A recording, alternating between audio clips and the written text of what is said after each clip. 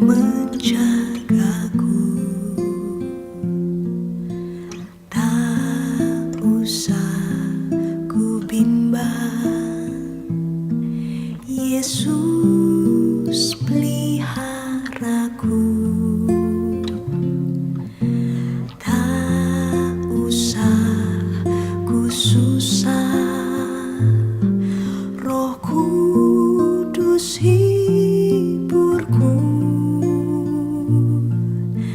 Tak usah ku cemas, Dia memberkatiku.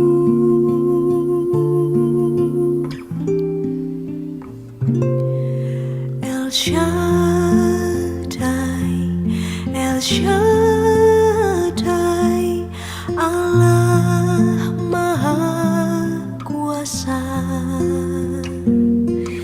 Dia besar, Dia besar, El Shaddai mulia, El Shaddai, El Shaddai, Allah Maha Kuasa. Berkat-Nya melimpah, El Shaddai.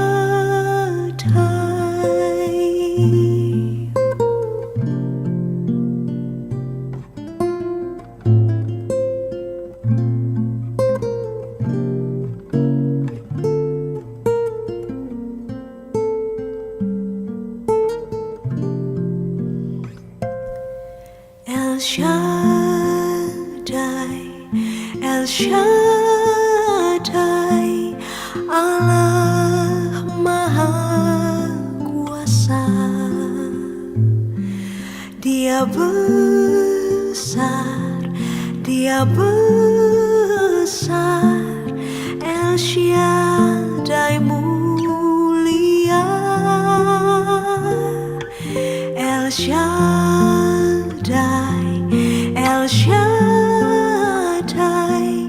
Allah Maha Kuasa. Berkat-Nya melimpah,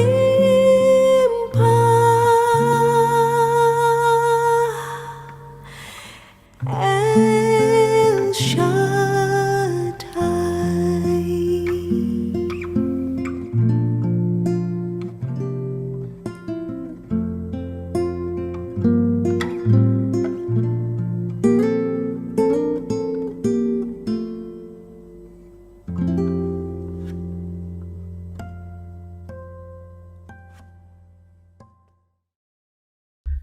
Shalom, selamat berjumpa kembali kekasih-kekasih Tuhan.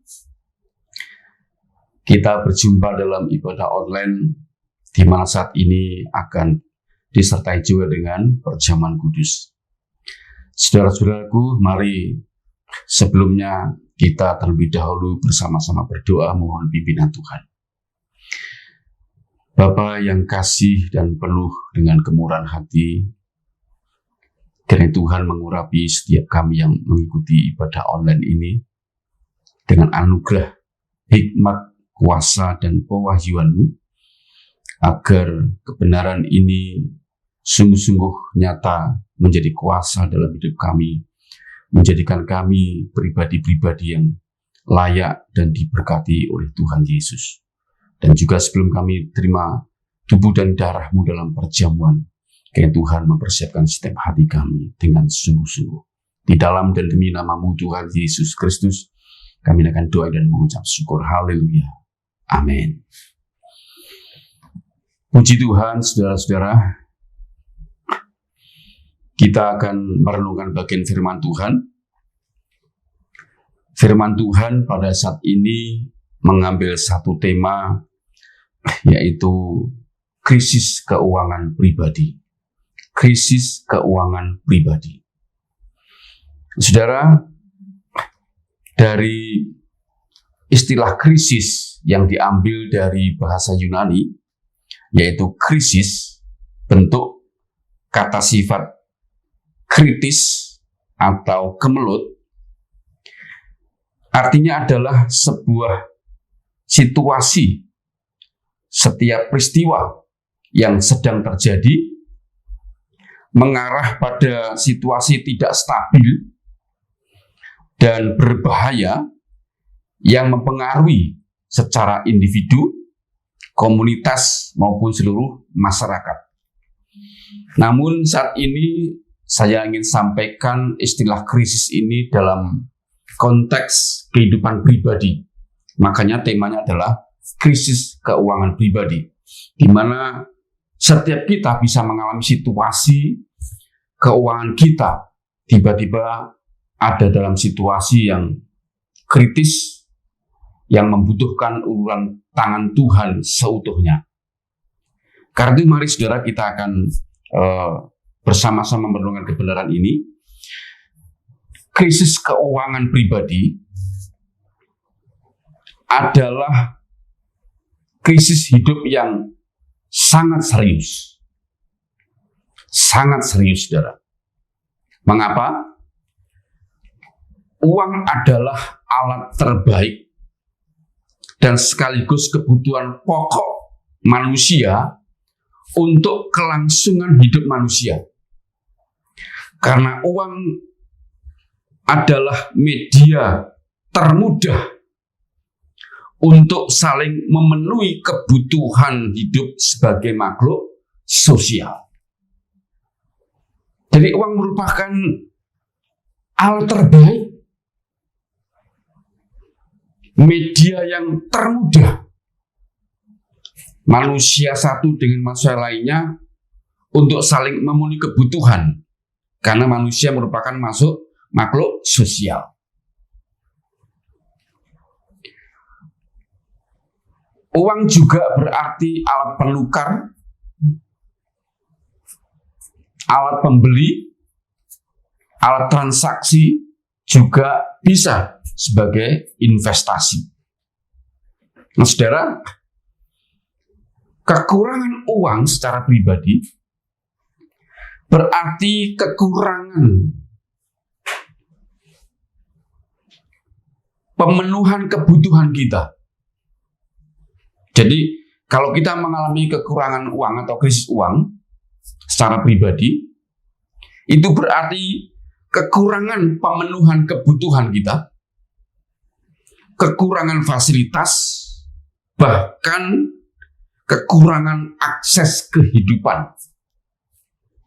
Artinya, jika kita mengalami krisis keuangan, tentu di dalam memenuhi kebutuhan, kita mengalami kesulitan.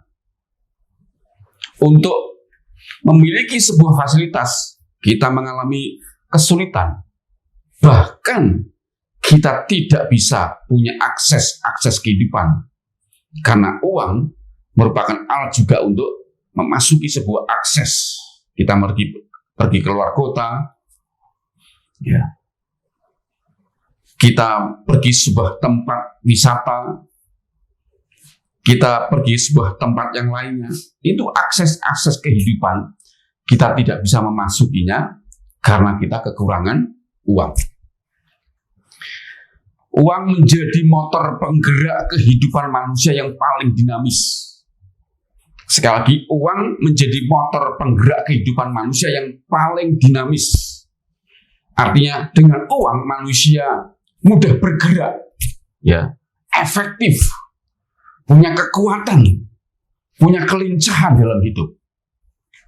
Bahkan uang bisa menjadi simbol harga diri, saudara-saudara.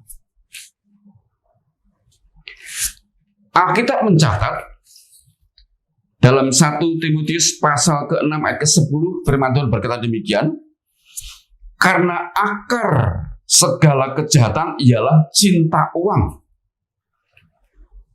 Sebab oleh memburu uanglah beberapa orang telah menyimpang dari iman dan menyiksa dirinya dengan berbagai-bagai duka. Kalau kita memperhatikan firman ini, ya, kita menyimpulkan bahwa sekalipun uang adalah benda mati, saudara, sekalipun uang adalah benda mati, sekali lagi, sekalipun uang adalah benda mati, namun benda mati ini mampu punya pengaruh yang besar dalam hidup manusia. Sampai-sampai akibat pengaruh benda mati ini yang disebut dengan uang, manusia melahirkan berbagai-bagai kejahatan. Maka mari kita lihat, saudara, daya magis uang terhadap manusia. Daya magis uang terhadap manusia. Yang pertama, manusia rela bangun pagi, pulang sore atau pulang malam, bekerja keras, rela manusia. Ujungnya untuk mendapat apa, saudara? Uang. Bahkan manusia rela lembur kerja, sampai-sampai ada istilah workaholic, orang kecanduan kerja. Ya, karena ada sesuatu yang mau diburu, yaitu uang. Manusia rela badannya bisa sakit atau berakibat sakit, bahkan bisa berakibat fatal terhadap kesehatan. Beberapa kerjaan itu sangat berisiko. Ketika saya melihat para kuli bangunan di pasar yang memanggul barang-barang dagangan dengan berat, ya, sampai 50 kilo, ya, dipanggul demikian rupa, itu sebuah resiko yang besar. Bisa terjadi sarafnya akan terjepit atau mengalami patah tulang atau mengalami keseleo dan sebagainya, saudara.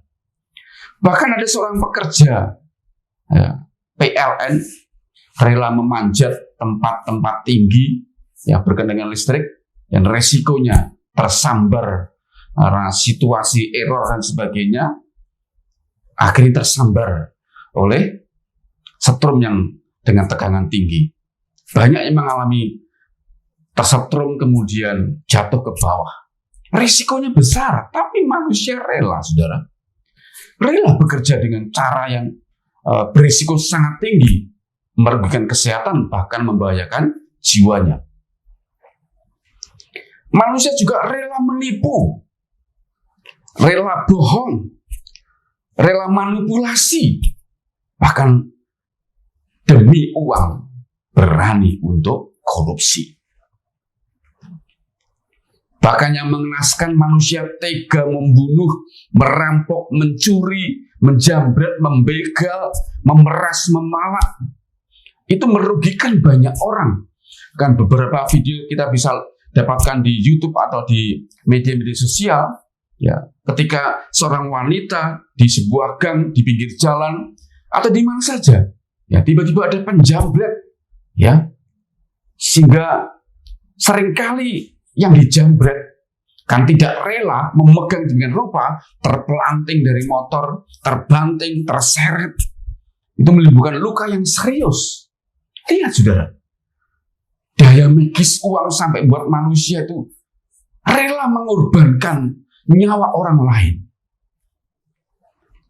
Bahkan yang mengenaskan, ada manusia-manusia yang rela mengorbankan, membuang harga diri dengan cara menjadi pelacur.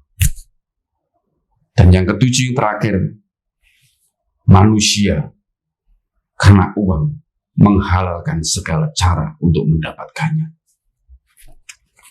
Coba mari kita renungkan betapa daya magis uang itu, 7 hal tadi itu luar biasa, saudara.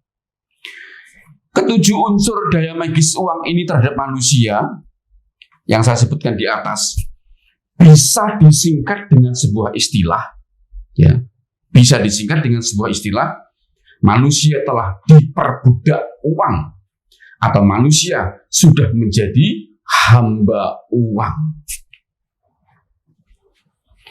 Saudara-saudara kasih Tuhan Yesus Kristus, krisis uang tidak hanya mampu memperbudak semua manusia, tetapi uang juga mempunyai daya rusak yang tidak kalah hebat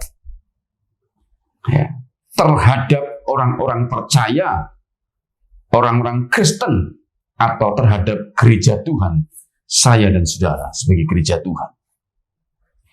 Bahkan Tuhan Yesus sendiri sudah memberi peringatan yang keras soal uang kepada murid-muridnya, di mana uang adalah bagian dari mamon. Matius pasal 6 ayat 24, yang intinya Tuhan berkata, kamu tidak bisa mengabdi kepada dua tuan, Tuhan atau mamon. Jika kamu mengasihi dua-duanya, maka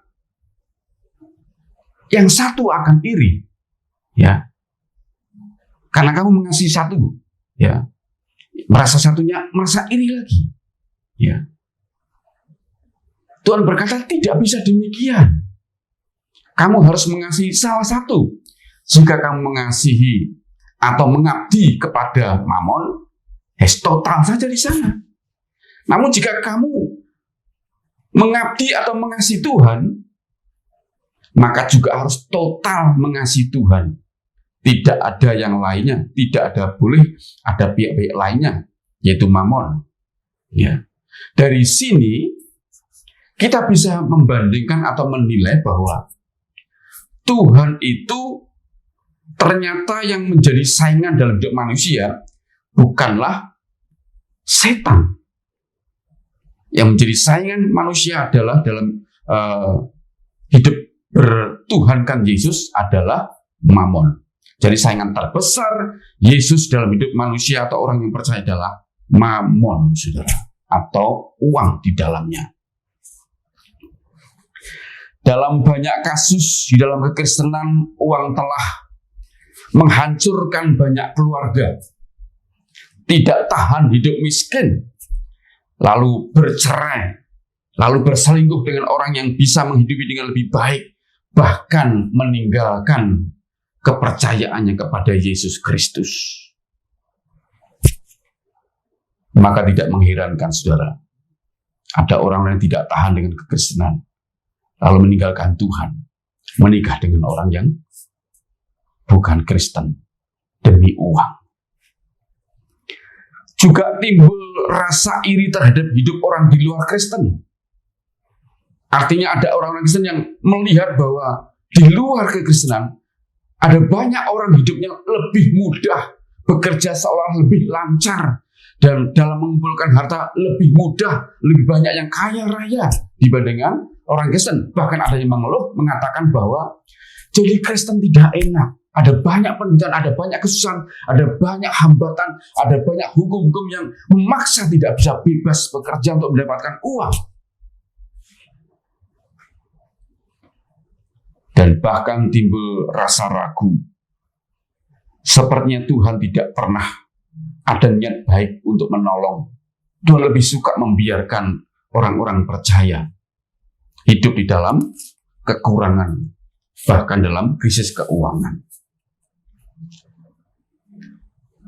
Bahkan karena terbukti lebih banyak ditolong oleh orang, ya, ini orang Kristen mengatakan karena dia lebih banyak mengalami peristiwa ditolong oleh orang lain atau sesama manusia atau yang kelihatan yaitu manusia, maka akhirnya banyak orang Kristen yang lebih suka mengandalkan manusia,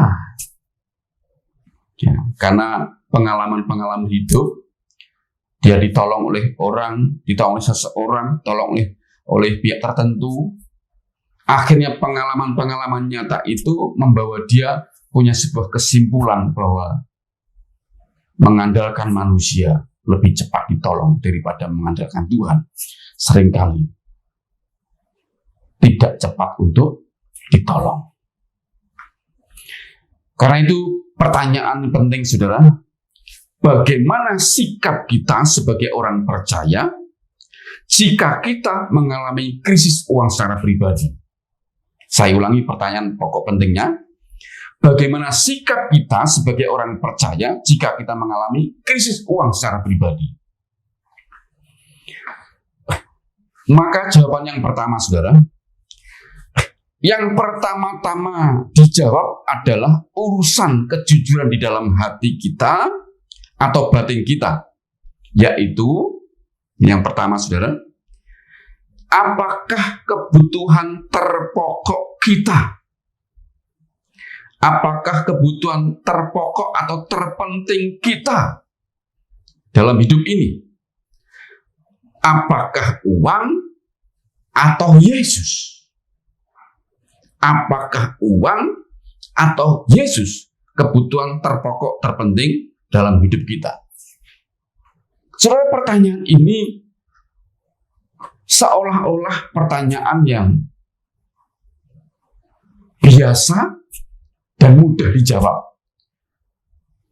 Orang Kristen, saya dan saudara, mungkin reaksi kita akan lebih cepat menjawab dengan berkata, Yesus, kebutuhan terpenting terpokok kita. Namun, sekalipun jawaban kita adalah Yesus sebagai kebutuhan terpenting terpokok dalam hidup kita,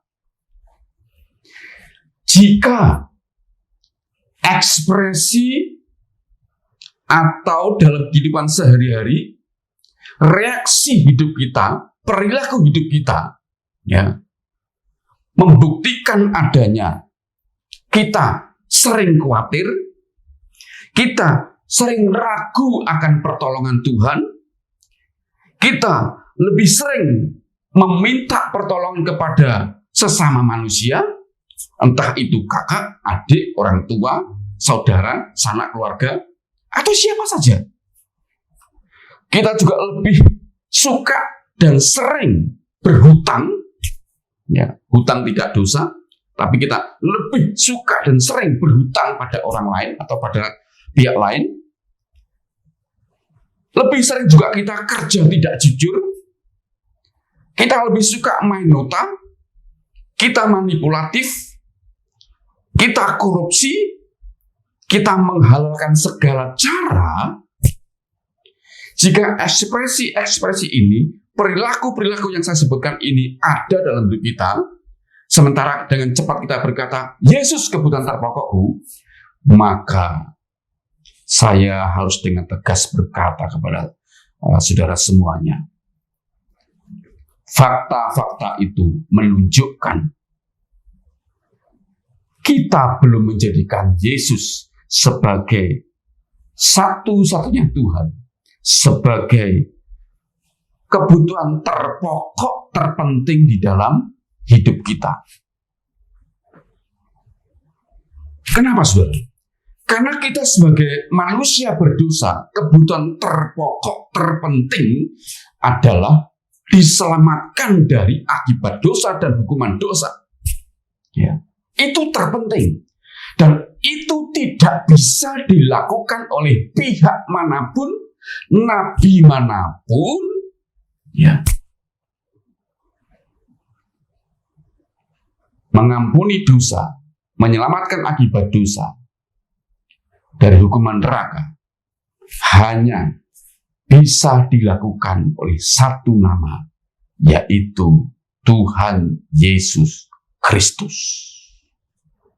Dan itu kebutuhan terpokok, terbesar, terpenting dalam hidup kita. Ya.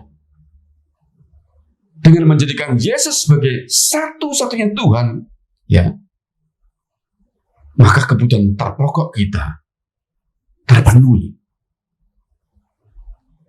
Karena itu sekalipun saudara menjawab kebutuhan terpokok adalah Yesus, tapi ekspresi-ekspresi tadi, khawatir, ragu akan pertolongan Tuhan, kita sering mengandalkan orang lain, kita sering berhutang, kita sering meminta pertolongan pada orang lain, ya, kita manipulasi, kita korupsi, kita main nota, kita tidak jujur dalam pekerjaan. Ekspresi ini buktikan kita belum menempatkan, mengizinkan Yesus sebagai satu-satunya Tuhan Juru Selamat kita, sebagai satu-satunya penolong dalam hidup kita. Belum, saudara. Karena itu, lewat renungan ini, saya mengajak saudara untuk mengembalikan kebutuhan dasar kita ini adalah Yesus. Firman Tuhan dalam Mazmur 73 ayat 25 berkata, siapa gerangan ada padaku di surga selain Engkau? Selain Engkau tidak ada yang kuingini di bumi. Ya. Ayat 26, sekalipun dagingku dan batinku habis lenyap, gunung batuku dan bagianku tetaplah Allah selama-lamanya. Ini sebuah pengakuan ya dari pemazmur yang menempatkan Tuhan sebagai satu-satunya yang paling diingini. Ya. Tidak ada yang lainnya. Bahkan dia berkata, sekalipun dagingku ini menunjuk kepada tubuh jasmani, ya, banyak masalah, ya, dan hatiku habis lenyap, manusia batinku ini banyak digerogoti oleh persoalan-persoalan. Firman Tuhan berkata, sekalipun dagingku dan hatiku habis lenyap, yang menjadi gunung batuku, yang menjadi bagianku, yang menjadi paling penting dalam hidupku, tetaplah Tuhan selama-lamanya. Kita harus sampai pada tingkat seperti ini, saudara. Sebab jika tidak sampai tingkat seperti ini, ketika krisis keuangan terjadi, yang terjadi adalah kita tidak sungguh-sungguh mengandalkan Tuhan. Ya. Karena yang pertama perlu dijawab adalah bagaimana sikap kita ketika krisis keuangan terjadi adalah siapa dahulu yang ada di dalam diri kita ini.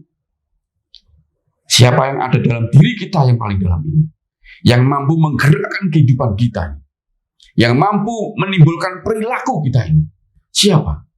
Uang atau Yesus? Kalau uang, maka ekspresi hidup kita adalah khawatir, ragu, suka berhutang, ya, suka mengandalkan orang, manipulasi, ya, korupsi, tidak jujur, mengalihkan segala cara. Itu kalau yang ada dalam diri adalah uang. Tapi kalau yang ada adalah Yesus Kristus, dengan sebenarnya, dengan sungguh-sungguh kita menempatkan dia sebagai satu-satunya Tuhan dan Juru Selamat kita. Saya percaya ekspresi kita berbeda ketika kita mengalami krisis keuangan. Tentu kita tidak akan khawatir, karena kita akan berkata, Tuhan adalah gembalaku, tak akan kekurangan aku. Sekalipun kita mengalami kesukaran, kita tidak takut bahaya. Sekalipun kita mengalami krisis, kita tidak takut krisis. Karena yang di dalam itu mampu meneduhkan badai kehidupan kita. Yang kedua, apapun yang terjadi, tetap menjadikan Yesus sebagai satu-satunya harapan dan penolong. Yang kedua, yang pertama ditanya dulu, ya, cara menghadapi krisis. Siapa yang ada di dalam? Yesus atau uang? Yang kedua, apapun yang terjadi, tetap menjadikan Yesus sebagai satu-satunya harapan dan penolong hidup kita. Yeremia pasal 17 ayat 7 berkata, diberkatilah orang yang menaruh harapannya, ya, yang mengandalkan Tuhan. Diberkatilah orang yang mengandalkan Tuhan dan menaruh harapannya kepada Tuhan. Diberkatilah orang yang mengandalkan Tuhan dan menaruh harapannya kepada Tuhan, bukan kepada yang lainnya. Saya tertarik dengan seorang rekan hamba Tuhan senior yang melayani di Ambon, yaitu Bapak Kris Manusama.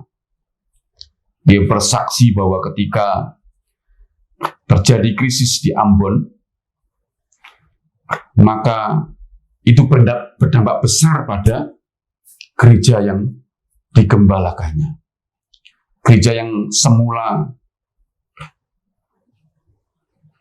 berjemaat di sana ada sekitar 7.000 orang. Karena situasi masalah Ambon, maka turun menjadi sekitar 3.000 orang. Tentu itu berpengaruh pada persembahan jemaat, di mana persembahan digunakan untuk pekerjaan Tuhan di situ. tiba-tiba persembahan menjadi sangat berkurang dari orang-orang yang hadir itu, ya, dari 7.000 ya turun menjadi 3.000 ya. Persembahannya tidak sebanyak sebelumnya ya, apalagi turun sampai mungkin sebagai jumlah menjadi ratusan, mungkin 700 ya. Persembahannya turun drastis. Bayangkan, hanya sekali ibadah hanya sekitar 3 juta. Tentu hal itu secara manusia menggoncangkan iman, menggoncangkan banyak pilar-pilar pekerjaan Tuhan. Ya.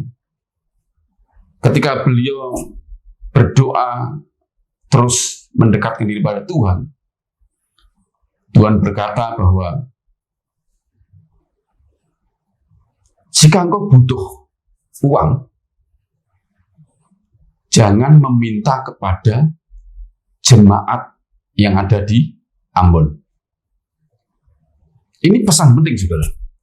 Jika kamu membutuhkan uang, kamu jangan meminta atau dalam kurung berharap kepada jemaat yang ada di Ambon yang digembalakannya. Ya. Tapi mintalah kepada kunya Tuhan. Ya. Itu sebuah rema yang mengajarkan bahwa situasi krisis itu akan mengungkapkan siapa kita sebagai orang percaya, siapa kita sebagai hamba-hamba Tuhan. Dan krisis itu telah membuktikan beliau adalah seorang hamba Tuhan yang di dalamnya bukan Mamon, tapi Kristus Yesus. Terbukti dia tidak menaruh harapannya kepada jemaat, dia taruh seluruhnya kepada Tuhan Yesus. Dan ketika dia taruh harapan itu kepada Yesus saja, persembahan dari jemaat Tuhan yang semula dalam kondisi krisis itu tiba-tiba diberkati Tuhan menjadi luar biasa. Persembahannya dari 3.000 menjadi sekian ribu, dari 3 juta menjadi sekian juta. Bahkan ketika dia tinggalkan ada pelayan di Jakarta, pengurusnya melaporkan persembahannya 80 juta. Waktu itu, saudara, dari 3 juta menjadi 80 juta. Itu artinya bahwa kita tidak perlu khawatir ketika krisis terjadi. Asal yang di dalam itu adalah Yesus, bukan Mamon. Asal kita tetap mengandalkan Tuhan dan menaruh harapan hanya pada Yesus saja, krisis boleh terjadi, tapi kita tetap akan dipelihara Tuhan dengan luar biasa. Yang terakhir, bagaimana sikap kita ketika menghadapi krisis keuangan? Yang terakhir, tetap percaya dengan janji Tuhan. Tetap percaya dengan janji Tuhan. Ibrani pasal 13 ayat ke-5 yang berkata, janganlah kamu menjadi hamba uang, tetapi cukupkanlah apa yang ada padamu. Sebab Tuhan berfirman, aku sekali-kali tidak pernah membiarkan engkau, dan aku sekali-kali tidak pernah meninggalkan engkau. Ya. Firman ini tentu saja meneguhkan, sebab di bagian awal, janganlah kamu menjadi hamba uang. Ya. Artinya, di dalam itu bukan uang tetapi Kristus. Jika di dalam adalah Kristus, maka janji firman Tuhan berkata, Tuhan sekali-kali tidak pernah membiarkan, ya, sekali-kali tidak pernah meninggalkan. Coba perhatikan kata tidak membiarkan. Itu artinya ketika terjadi krisis, Tuhan tidak membiarkan kita mati atau hancur. Dan diimbangi dengan kata-kata Tuhan sekali-kali tidak pernah meninggalkan. Artinya Tuhan setia dengan janjinya. Tuhan tetap ada di samping kita, menemani kita, ya, untuk melewati krisis. Kalau Tuhan izinkan ada krisis, itu untuk menguji seberapa besar, ya, ketergantungan hidup kita kepada Tuhan sebagai gembala. Menguji siapa yang ada di dalam hati kita. Mamon atau Yesus. Menguji siapa yang kita andalkan, saudara. Karena itu, hal ini membuktikan bahwa jika kita dalam krisis, maka 3 hal ini akan membuktikan siapa kita sebenarnya. Yang pertama, siapa yang ada dalam diri kita, Yesus atau Mamon. Yang kedua, siapa yang kita andalkan, ya, siapa tempat kita menaruh harapan. Yang ketiga, ya, siapa yang menjadi kekasih kita yang setia. Jika hal ini terbukti bahwa tetap Yesus yang ada, tetap Yesus yang kita andalkan, tetap Yesus yang akan setia menemani kita, tidak membiarkan, tidak meninggalkan kita, maka percayalah, krisis boleh terjadi, kita tidak akan ditinggalkan dalam kondisi mati dan hancur. Tetap kita akan dipelihara. Kita lulus iman dalam krisis, kita akan diberkati makin luar biasa. Amin.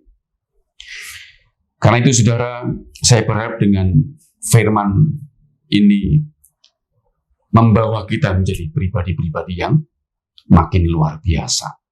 Bahkan janjinya dalam Roma pasal 8 ayat yang ke-31 sampai 32, jika Tuhan di pihak kita, siapakah lawan kita? Yang disebut lawan ini, ya, adalah penindasan, kesesakan, penganiayaan, kelaparan, ketelanjangan, bahaya, pedang. Ya, siapakah lawan kita? Itu semuanya, kalau Tuhan di pihak kita, tidak ada yang bisa melawan kalau Tuhan di pihak kita. Bahkan ayat 30 berkata, ya, kalau ia atau Bapak tidak menyayangkan, ya, anaknya sendiri, ya, untuk dikorbankan bagi kita, bagi manusia yang berdosa, ya, apakah Tuhan tidak mengaruniakan segala sesuatu di dalam hidup kita? Jika Tuhan atau Bapa mengorbankan Yesus sebagai korban untuk menyelamatkan hidup kita dari dosa, apalagi segala kebutuhan kita sehari-hari, termasuk keuangan, Tuhan pasti mengaruniakan pemeliharaan yang sempurna. Amin. Karena itu, mari kita tinjau hidup kita saat ini. Ya, hidup kita didapati Tuhan. Tetap Yesus yang ada dalam hidup kita. Tetap Yesus yang kita andalkan. Dan tetap percaya Tuhan tidak pernah membiarkan, Tuhan tidak pernah meninggalkan kita semuanya. Tuhan pasti berkati kita. Amin untuk firman Tuhan. Mari saudara, kita siapkan hati kita untuk menerima tubuh dan darah Tuhan. Sehingga lewat tubuh dan darah Tuhan, kita kembali diingatkan bahwa hidup kita ini hanyalah karena anugerah dan kebesaran Tuhan Yesus Kristus. Sebelumnya mari kita berdoa.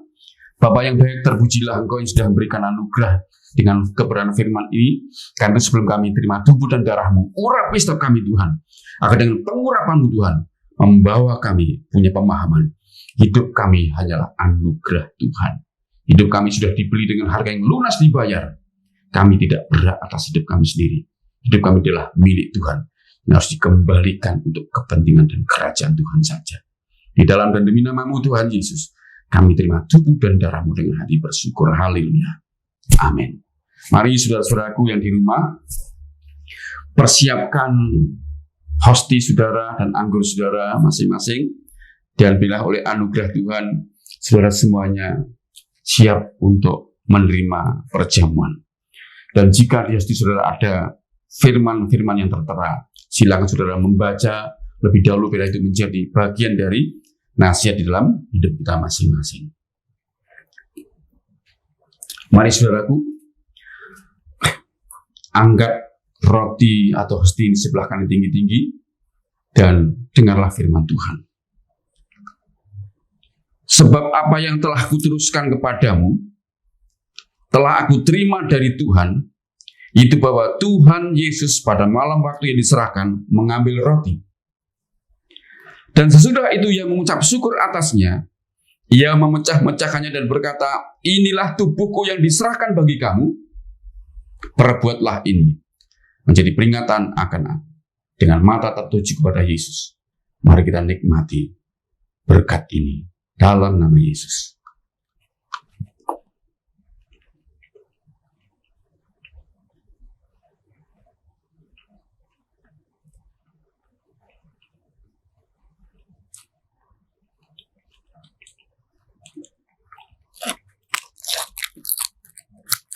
Mari siapkan juga cawan di sebelah kanan tinggi-tinggi, sementara hati kita terhubung dengan Tuhan, dengarlah firman Tuhan.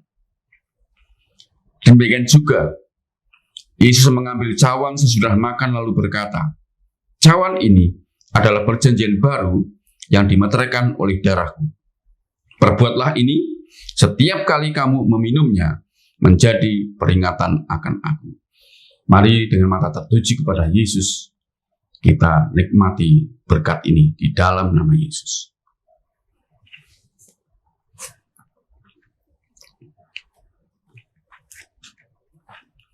Mari saudara bersama-sama kita tertunduk untuk berdoa bersama-sama. Terima kasih Bapa untuk tubuh dan darah-Mu yang sudah kami terima lewat perjamuan ini. Kiranya terus kami dibawa oleh Tuhan dengan satu pemahaman. Hidup kami sudah ditebus dengan darah yang mahal. Hidup kami adalah milik Tuhan. Mari Tuhan senyampang Tuhan masih beri kesempatan untuk hidup di dunia ini. Beri anugerah kami untuk hidup demi kepentingan-Mu saja Tuhan.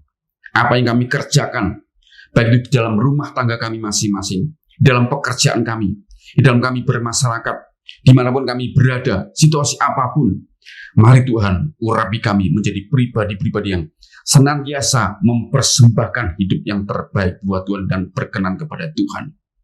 Urapi setiap kami telah mendengarkan firman Tuhan. Kalau ada anak-anak yang mengalami krisis keuangan secara pribadi, Tuhan, itu merupakan sarana untuk menguji keimanan kami Tuhan. Siapa yang ada di dalam kami?